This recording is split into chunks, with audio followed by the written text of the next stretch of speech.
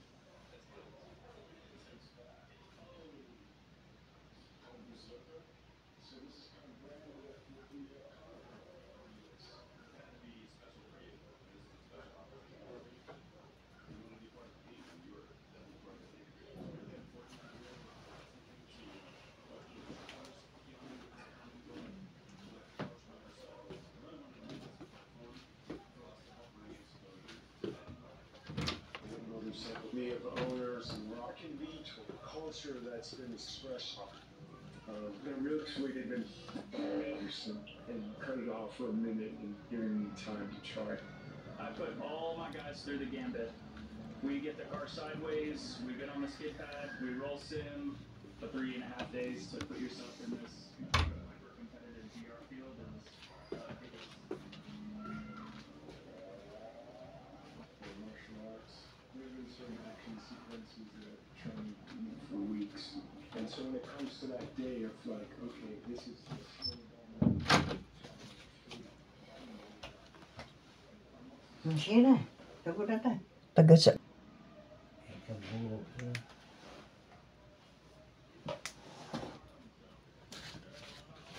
Mukha pa mo pila ingin.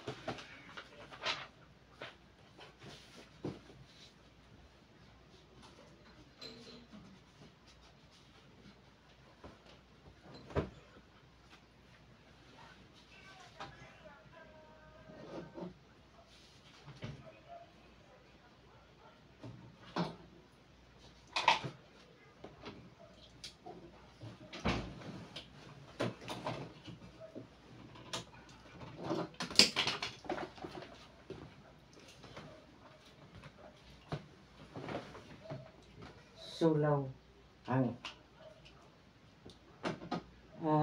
simana natapos na karong Sabadong balaan ikaw ka magkalipay sa adlong igpapahulay o manhi ikaw Ginoo o panalangin ni ako sa pagsanto sa Sabado adlaw nga labing maayo kanunay tang palandungon o gayud pasalamatan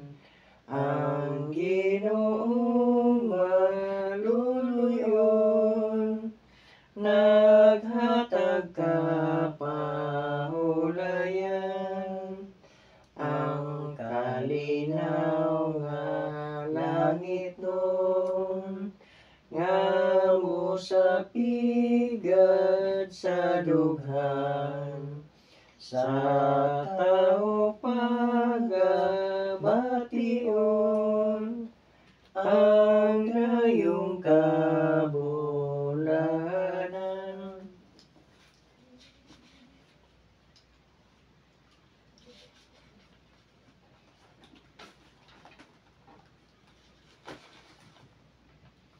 Ang basahon makita sa Jeremias 3. Ang maluibong Israel.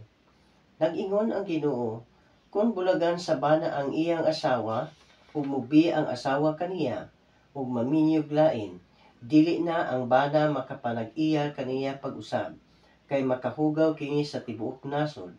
Apan ikaw, o Israel, daghan kag hinigugma, ug karon buot kang mubalik kanako. Hangad o tan-awa ang kabungturan, may dapit ba diin wala ikaw magbuhat sa gibuhat sa babayeng dautan.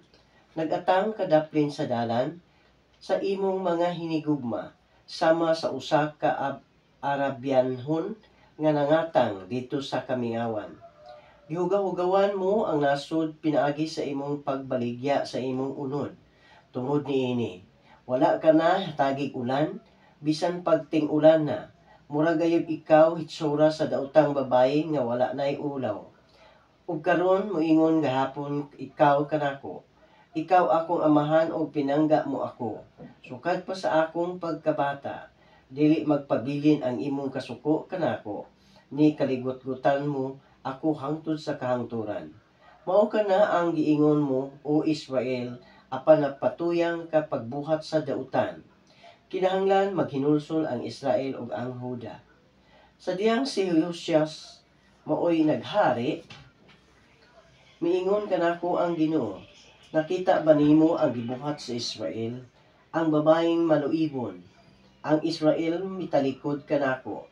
Mitungas siya sa kabungturan, ug didto gibaligya niya ang iyang lawas ilalom sa kakahuyan. Ako ang Ginoo, nagdahom nga human kini iya buhata. Siya mobalik ra kanako. Apan wala og nakita kini sa iyang igsuon nga si Huda. Nakakita si Huda nga gibulagan ko ang Israel ug gihinganlan ko siya tungod sa iyang pagtalikod kanako ug pagbaligya sa iyang lawas. Apan si Huda ang maluibong igsuon ni Israel, wala mahadlok niini, nagbaligya usab siya sa iyang lawas ug wala siya mobatig bisan diyutay na lang kaulaw niining iyang gibuhat. Gihugaw-gawan niya ang iyang tibuok nasod. Nanapaw siya pinaagi sa pagsimba sa mga bato ug mga kahoy. Unya human niini, kini mabuhat ang Huda, ang maluibong Israel sa agsuon sa Israel. Nagpakaron-ingnon nga mobalik siya kanako, apan nasayran ko ang iyang pagkasalingkapaw. Ako ang Ginoo ang nagsulti niini. Unya gisultihan ako sa Ginoo nga bisan tuod ang Israel nagbudhi kaniya, ang Israel mas maayo kaysa maluibong Huda. Ug gisugo ako niya sa pag-adto sa amihanan ug sa pag-ingon, Israel nga maluibon, balik kanako, kay maluluyon man ako. Ang akong kasuko kanimo dili hangtod sa hangtod. Ang kuna lamang nga nakasala ka ug nga masupil ka sa Ginoo nga imong Dios. Isugid nga didto sa lalong sa kakahuyan, gitugyan mo ang imong gugma ngadto sa laing mga Dios ug wala mo tagda ang akong pulong. Ako ang Ginoo ang nagsulti niini. Balik kamo kanako o katawhan nga maluibon, kay ako man ang inyong Dios. Magkuha ako usa kaninyo gikan sa matag lungsod ug duha ka tawo gikan sa matag banay, ug dad-on ko kamo balik ngadto sa bukid sa Sion. Hatagan ko kamo mga pangulo nga masinugtanon kanako, ug magdumala sila kaninyo uban sa kahibalo ug kaalam.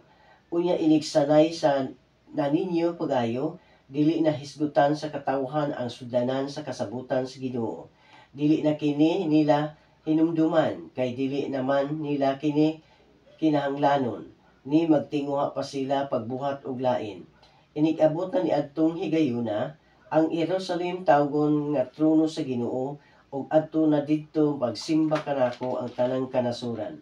Dili na sila magbuhat sumala sa sugyot sa tig-a ug dautan ilang kasing-kasing.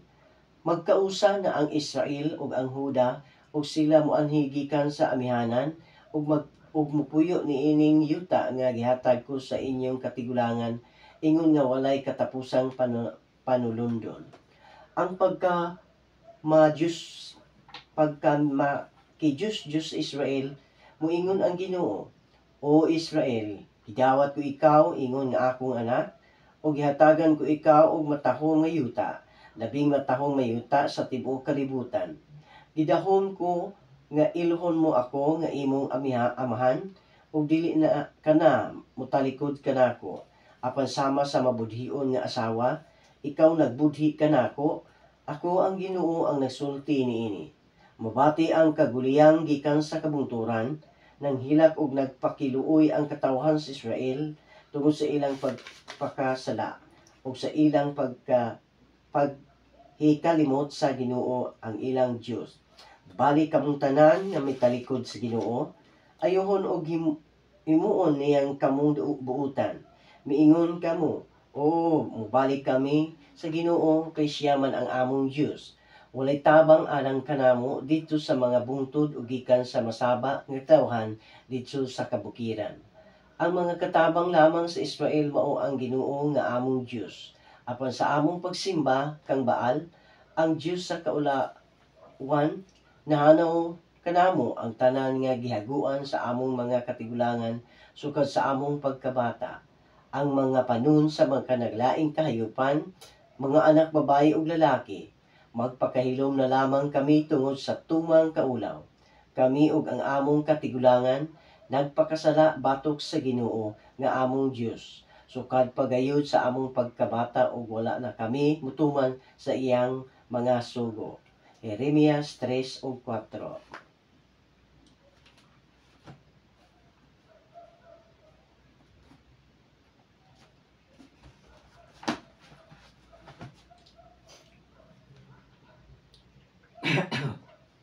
Ang mga maayo atong pagbuhaton, sumala sa sugod ni Jesus.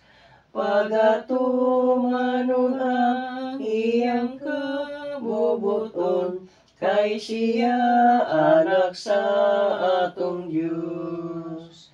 Ang iyang sugo tumanon ta, ug magpadayon sa pag-ampo.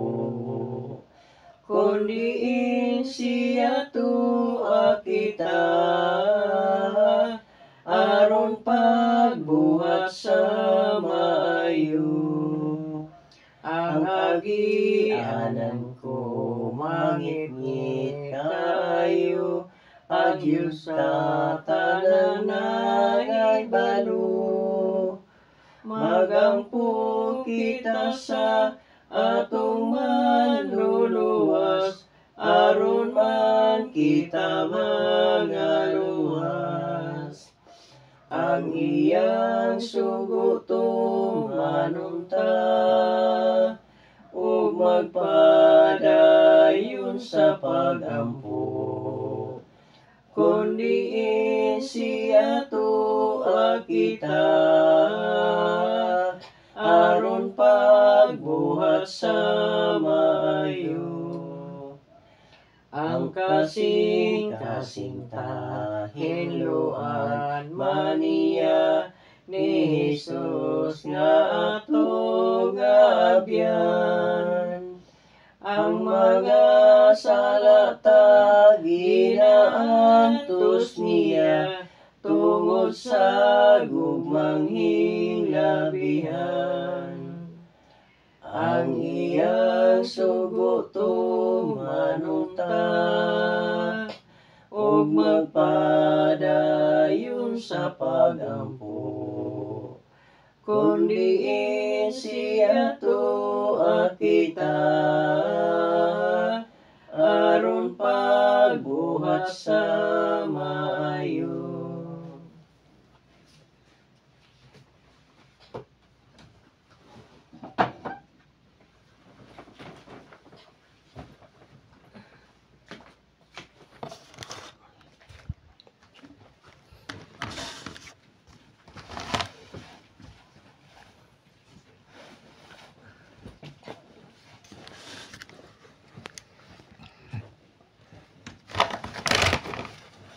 Labing gamhanan o makagagahom ng mga Diyos, tag-iya ikaw sa mong kinabuhi, aniya kami nagapiko sa mong mga tuhod. Aron sa pagpasalamat kanimo sa imo pagkamayo kanamo sa paghatag og higayon. Nga sa tibok simana nahidangat kami nining adlaw nga igpapahulay. Samtang kami Ginoo magabalaan ining mga adlaw, mahinawot kami ang balang espiritu makiguban kanamo karon, aron kini mo'y maghatag og dugang kaligon sa mong pagtuo. Panalangini kaming tanan, sulodin mong panimanalangin, iway mo kami kanunay sa matang sa mga tentasyon ug disgrasya. Ligo na kami bisan pa man sa daghang mga pagsulay sa mga kinabuhi. Makabaro kami Ginoo nga maligyon. Tabangi kami Ginoo, biyahe kami sa espiritu ug sa kamatuoran. wala gid kami mahimo sa among kaugalingong amhan kung wala ikaw sa among kinabuhi. Busa among pangayo kanimo kining tanan. Sa ngalan ni Kristo Jesus. Amen.